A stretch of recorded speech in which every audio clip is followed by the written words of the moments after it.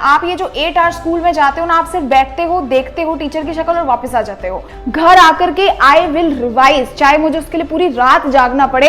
आज तो मैं संडे को बैठता हूँ और चैप्टर 1 खोलूंगा और सारा बैकलॉग कवर कर लूंगा। नहीं, this is not the right way to cover the backlogs. कि हाँ भाई, आज मैं ये 5 टॉपिक पढ़ूंगा, लेकिन मैं ऐसे पढ़ूंगा कि मुझे दोबारा रिवाइज ना करने पड़े। Hey guys, Stuti Sharma, welcome back to my channel creative learning. बहुत सारे ऐसे क्लास 11 के स्टूडेंट्स हैं यार जो इस समय डिमोटिवेटेड हैं, जिन्होंने कुछ नहीं पढ़ा से मतलब एक चैप्टर भी पूरा कंप्लीट नहीं किया है। उनके बहुत सारे बैकलॉग्स हैं, डिप्रेशन में है, टाइम मैनेजमेंट नहीं समझ रहा है। सारे दिन स्कूल जाते हैं, बचे हुए टाइम में कोचिंग जाते हैं, उसके अलावा जो थोड़ा बहुत टाइम बचता है उसमें अपना होमवर्क वगैरह करते हैं, असाइनमेंट्स फिनिश करते हैं, पूरा दिन उनका निकल जाता है। और ऐसे करते करते ऑलमोस्ट जुलाई खत्म होने वाला है एंड बहुत ही जल्दी आपके हाफ ईयरली एग्जाम्स आ जाएंगे। आज जो ये वीडियो है ये स्पेसिफिकली सिर्फ ये बताने के लिए है कि यार जो चीज हो गई, just not focus on that. आज तुम्हें ये मैं बताऊंगी कि कैसे तुम क्लास 11 रीस्टार्ट करोगे। एंड ये हो सकता है, बहुत से बच्चे स्टार्टिंग के 3-4 महीने ऐसे ही बर्बाद करते हैं, उन्हें समझ ही नहीं आता है। बट अब है यार टाइम सुधरने का, थोड़ा सा चीजों को सीरियसली लेने का। सेल्फ स्टडी कैसे करनी है, टाइम कैसे बचाना है खुद के लिए, अपने सिलेबस को कैसे कंप्लीट करना है, बैकलॉग जो तुम्हारे बचे हुए हैं वो कब फिनिश करने हैं, दैट टू इस तरीके से कि तुम्हारे ऊपर बर्डन ना पड़े। तो जो भी यार मैं बात बता रही हूं बिल्कुल ध्यान से सुनना, एक पॉइंट भी आपको मिस आउट नहीं करना है। बट वीडियो स्टार्ट करने से पहले एक चीज दिमाग में रखना कि आपको कॉमेंट सेक्शन में ये लिखना है कि भाई आज से I will be 100% serious and I will follow everything properly. अब कोई एक्सक्यूजेस नहीं है, no excuses and no pain no gain. भाई पढ़ना पड़ेगा बैठ करके, अदरवाइज हाफ ईयरली में बहुत ही बेकार रिजल्ट आएगा। ये चीज तो गारंटीड है। 11th is not easy, it is literally not easy. तो सबसे पहले यार मैं आपके टाइम मैनेजमेंट के बारे में बात करूंगी। 2 मेजर जगह हैं जहां पे बच्चा अपना ज्यादा टाइम स्पेंड करता है। सबसे पहले स्कूल है जहां पे उसे 8 to 9 आवर्स स्पेंड करने पड़ते हैं। उसके बाद उसका कोचिंग है जहां पे वो 3 घंटा इन्वेस्ट करता है। सो कायदे से तो होना क्या चाहिए था, आपका एक चैप्टर आपको पहले कहां पढ़ाया जाता है, स्कूल में, फिर कहां पढ़ाया जाता है, कोचिंग में। तो वैसे तो जब आप सेल्फ स्टडी करने बैठते हो तो आपको ये चैप्टर आधा अधूरा आना चाहिए, बट ऐसा होता नहीं है। आप ये जो 8 आवर्स स्कूल में जाते हो ना, आप सिर्फ बैठते हो, देखते हो टीचर की शक्ल और वापस आ जाते हो। तो ये टाइम मैनेजमेंट जो इतना मेस्ड अप है उसको ठीक कैसे करना है, मेरी बात ध्यान से सुनो। सबसे पहले फोकस करो इस कोचिंग वाले पार्ट पे। कोचिंग तुम्हारी हमेशा मेन प्रायोरिटी होनी चाहिए, क्योंकि तुम कोचिंग क्यों लगाते हो, ताकि तुम्हारा सिलेबस अच्छे से हो सके, तुम्हें कॉन्सेप्ट्स अच्छे से समझ आ सके। तो आज से ही जो भी चैप्टर तुम्हारे कोचिंग में चल रहा है उस चैप्टर को पढ़ना शुरू कर दो जहां तक तुम्हारे कोचिंग में हो चुका है। फॉर एग्जांपल तुम्हारा फिजिक्स का चैप्टर नंबर 3 चल रहा है और कोचिंग में तुम्हारे ऑलमोस्ट 7 to 8 टॉपिक्स हो गए हैं। आज से ही नोटबुक खोलो, बैठो और जैसे भी करो वो 8 टॉपिक्स निपटाओ, ताकि कल से तुम कोचिंग के साथ साथ पढ़ सको। सेम ऐसे ही फिजिक्स में करो, सेम केमिस्ट्री में करो। जितना जितना कोचिंग में अभी तक तुम्हारे करा दिया गया है, जो चैप्टर कराया जा रहा है उस चैप्टर को खोलो और बस वही तुम्हें आज के बाद से पढ़ना है। आज के बाद से जो चैप्टर कोचिंग में कराया जाएगा, घर आओ, just study the same chapter.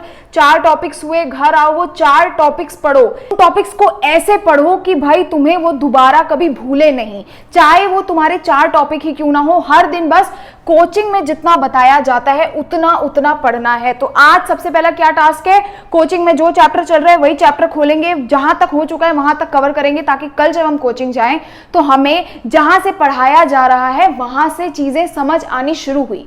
तो कोचिंग का आपको सिस्टम समझ आ गया। अब आपको करना क्या है, इतने महीने टाइम पास कर लिया, अब यहां पे ये डेडिकेशन होनी चाहिए कि एक भी दिन कोचिंग का सिलेबस जो कराया जा रहा है मैं छोड़ूंगा नहीं। घर आकर के आई विल रिवाइज, चाहे मुझे उसके लिए पूरी रात जागना पड़े, बट जो मेरे कोचिंग में चल रहा है मैं रिवाइज करूंगा। जिस बच्चे ने ये फॉलो कर लिया उसका सिलेबस कभी भी टाइम पे खत्म ना हो ऐसा नहीं हो सकता, उसके कॉन्सेप्ट्स ना बने ऐसा नहीं हो सकता, क्योंकि आप सेम डे में 2-2 बार चीजें रिवाइज कर रहे हो। कोचिंग में भी सेम चीज पढ़ते हो, घर आके सेम चीज पढ़ रहे हो। अभी बैकलॉग्स को छोड़ दो, सिर्फ करंट सिलेबस पे फोकस करो। स्कूल का क्या करना है, हर दिन मतलब जब अगले दिन स्कूल जाओगे उस दिन मॉर्निंग में आपको 30 मिनट्स निकाल के स्कूल में जो टॉपिक्स तुम्हें एक दिन पहले पढ़ाए हैं वो टॉपिक्स रिवाइज करने हैं। उसके लिए तुम कुछ नहीं करो, यूट्यूब पे जाओ, जितने टॉपिक्स पढ़ाए यूट्यूब पे 1 शॉट लेक्चर्स टाइप करो, तुम्हें सारे लेक्चर्स मिल जाएंगे। 2x स्पीड पे वो लेक्चर चला दो, बस सुन लो, समझ लो कि क्या बोल रहा है। वहां पे तुम्हें रट्टाफिकेशन करके क्वेश्चन सॉल्व करके देखने की जरूरत नहीं है, सिर्फ एक बेसिक अंडरस्टैंडिंग इन चैप्टर्स की होनी चाहिए। ये जो 8 घंटे है ना, ये स्कूल में जाके बर्बाद मत करो, उसको यूटिलाइज करो। तो जो चैप्टर भी स्कूल में चल रहा है, फिजिक्स का, केमिस्ट्री का, बस एटलीस्ट उतना उतना हर दिन मॉर्निंग में यूट्यूब वीडियो का यूट्यूब लेक्चर लगा करके उतने टॉपिक्स रिवाइज करके या समझ के चले जाओ। ये हो गया तुम्हारा करंट सिलेबस। आज से फॉलो कर लिया, कभी जिंदगी में बैकलॉग्स नहीं आएंगे। तो ये तो सिस्टम सॉर्ट हो गया। अब बात करते हैं यार बैकलॉग्स की। अब बैकलॉग्स कैसे हो रखा होगा कि मान लो किसी बच्चे के 3 चैप्टर्स फिजिक्स के बैकलॉग्स होंगे, क्योंकि कोचिंग में जो चल रहा है वो तो बैकलॉग नहीं होगा, वो तो तुम आज से ही पढ़ना शुरू कर दोगे। सेम ऐसे ही तुम्हारे केमिस्ट्री में भी कुछ चैप्टर्स होंगे, सेम मैथ्स में भी होंगे, कॉमर्स वालों के अपने सब्जेक्ट्स होंगे। अब देखो बैकलॉग्स ना कभी भी एक दिन बैठ के कवर नहीं होते। अगर तुम सोचो कि अरे भाई संडे, आज तो मैं संडे को बैठता हूं और चैप्टर 1 खोलूंगा और सारा बैकलॉग कवर कर लूंगा, नहीं, this is not the right way to cover the backlogs. सबसे पहले कोई भी एक चैप्टर डिसाइड करो। फॉर एग्जाम्पल आपने फिजिक्स का एक चैप्टर चूज किया, उस चैप्टर वो आपका बैकलॉग है, उसमें गिनो कि कितने टॉपिक्स हैं, उनको डिवाइड कर दो वीक में कि पर एक वीक में मुझे हर दिन कितने कितने टॉपिक्स कवर करने पड़ेंगे। फॉर एग्जांपल अगर आपके पूरे चैप्टर में 35 टॉपिक्स है तो उसको 7 से डिवाइड कर दो, और वो है आपके बैकलॉग करने का तरीका। और तब आप जाके बैकलॉग्स करोगे। Per day 5 topics, per day 5 topics, बस, इससे ज्यादा नहीं।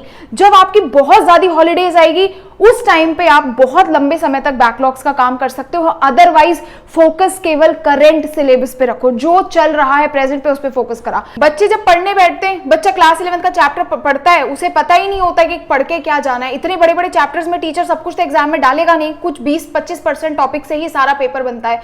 तो भाई उसके लिए यार तुम्हें बहुत मोटी मोटी रेफरेंस बुक करने की जरूरत नहीं है स्कूल एग्जाम के लिए। सिंपली मैं तुम्हें रिकमेंड करूंगी यार, तुम ओसवाल के ये क्वेश्चन बैंक्स ले सकते हो। क्यों मैं बोल रही हूँ, मेरा खुद का भाई इस बार 12th के बोर्ड्स देने वाला है, वो कॉमर्स स्ट्रीम से है, उसके पास खुद ओसवाल की क्वेश्चन बैंक्स है और वो बहुत अच्छे तरीके से पढ़ रहा है। उसके रिव्यू के बाद ही मैं तुम्हें रिकमेंड कर रही हूँ, नहीं तो मैं 2 महीने पहले भी तुम्हें रिकमेंड कर चुकी होती। सबसे बेस्ट पार्ट क्या है यार, तुम्हें एक तो ये अप टू डेटेड सिलेबस के हिसाब से मिलेगा। इसमें सारे कॉम्पिटेंसी बेस्ड क्वेश्चन जो हाई पे मार्केट में वो इंक्लूड कर रखे हैं। 1500 प्लस क्वेश्चन है। 11th without question practice is null. You will never score good marks in class 11th if you do not solve questions. So 1500 plus questions है। अब तुम सोचोगे कि हम कोई भी चैप्टर पढ़ते हैं उसके बाद तुम्हें रिवीजन के लिए यहाँ पे रिवीजन मैप्स भी मिलते हैं। यहाँ पे तुम्हें ये रिवीजन माइंड मैप्स मिल जाएंगे और हर एक चैप्टर के इंपॉर्टेंट कीवर्ड्स मिल जाएंगे, इंपॉर्टेंट पॉइंटर्स मिल जाएंगे एनसीईआरटी के, अलॉन्ग विद निमोनिक्स की। उसमें आप लर्न कैसे कर सकते हो उसको। तो ये बुक्स यार मेरी पर्सनल रिकमेंडेशन है, क्योंकि जब मेरा ब्रदर पढ़ रहा है तो मुझे यही है कि सारे बच्चे पढ़ सकते हैं, इट्स गुड टू गो। ये बुक्स यार आप ले सकते हो, मैं इसका लिंक आपको डिस्क्रिप्शन पे डाल दूंगी, आपको डिस्काउंटेड प्राइस पे मिल जाएगी। अब इस बुक को यूज कैसे करोगे, मैंने तुम्हें क्या बताया, बैकलॉग्स के तुमने 5 टॉपिक्स पढ़ ले। फॉर एग्जाम्पल 35 टॉपिक्स हैं, तुमने पर डे 5 टॉपिक्स पढ़ने का डिसाइड किया। वो 5 टॉपिक्स क्या करोगे, पढ़ के छोड़ना नहीं है उनको। 5 टॉपिक्स पढ़ने के बाद उन 5 टॉपिक्स से रिलेटेड क्वेश्चंस लगाओ, इस बुक से खोलो और इसके कॉन्सेप्ट्स वाले क्वेश्चन सॉल्व करो। जितने max to max question solve कर सकते हो उतने क्वेश्चंस करो। 1500 क्वेश्चंस है, आराम से सारे के सारे क्वेश्चन, जितने मैक्सिमम क्वेश्चन लगा सकते हो लगा लो। जहां तुमसे क्वेश्चन बनने लग गए, तुम्हारी कॉन्सेप्ट अपने आप ही स्ट्रांग हो जाएंगे, कॉन्सेप्ट बिल्डिंग अच्छी हो जाएगी। तो ये चीज याद रखना। सेम जो कोचिंग में तुम्हें अगर 5 टॉपिक्स पढ़ा रहे हो, तुम घर आके रिवाइज कर रहे हो। रिवाइज का मतलब ये नहीं है कि 5 टॉपिक्स कराए, आप घर आए, आपने 5 टॉपिक्स पढ़े, खत्म हो गया। उन 5 टॉपिक्स या 10 टॉपिक्स से रिलेटेड क्वेश्चंस करो। फिजिक्स का जब क्वेश्चन पेपर आएगा ना तुम्हें हाफ ईयरली में, फिजिक्स का छोड़ो, केमिस्ट्री का, कोई भी सब्जेक्ट का, तुम्हें पहली बात तो समझ ही नहीं आएगा कि क्वेश्चन पूछा क्या है।